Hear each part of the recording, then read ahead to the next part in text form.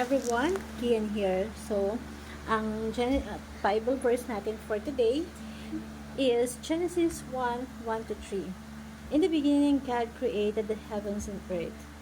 Now, earth was formerly in empty darkness and was over the surface of deep of the Spirit of God was hovering over the waters. And God said, there be light, and there was light. So, yung teaching po natin for today, Doctrines of the Trinity. God is the three persona. So, may pangatlong kumbaga may yung God natin na represent ng tatlong persona. And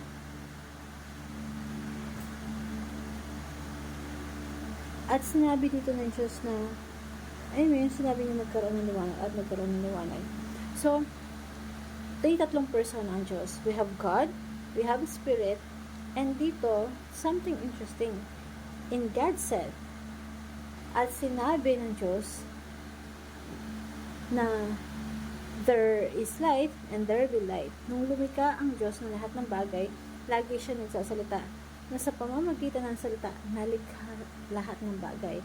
Now, si Apostol Juan po, binalikan niya itong mga talata na to, yung unang talata sa Bible na si Apostle John, ang interpret nito, sinabi niya na, sa simula ay ang salita. So, sa simula pa lang, yung God, kada nagsasalita ang Diyos, nangyayari. Itong salita nito, si Jesus yan. The second person of the Trinity. Sa simula ay salita, at ang salita ay kasama ng Diyos. So, yung salita, kasama na ng Diyos from the very beginning. At ang salita ay Diyos.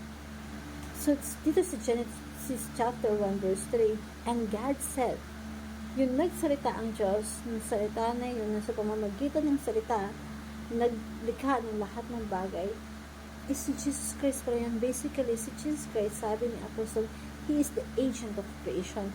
Ano pag sinabing agent of creation, sa pamamagitan niya, nalikha ang lahat ng bagay. So, sa simula, sinama na siya ng Diyos lahat ng bagay na ginawa sa pamamagitan niya.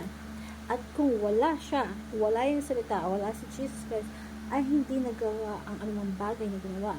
So, sabi ni Apostol Juan, pag binilikan mo itong chapter 1 na to, yung nilikha ang lahat ng bagay, nilikha sa pamamagitan ng salita ng Diyos, at yung salita ng Diyos ay si Jesus yun.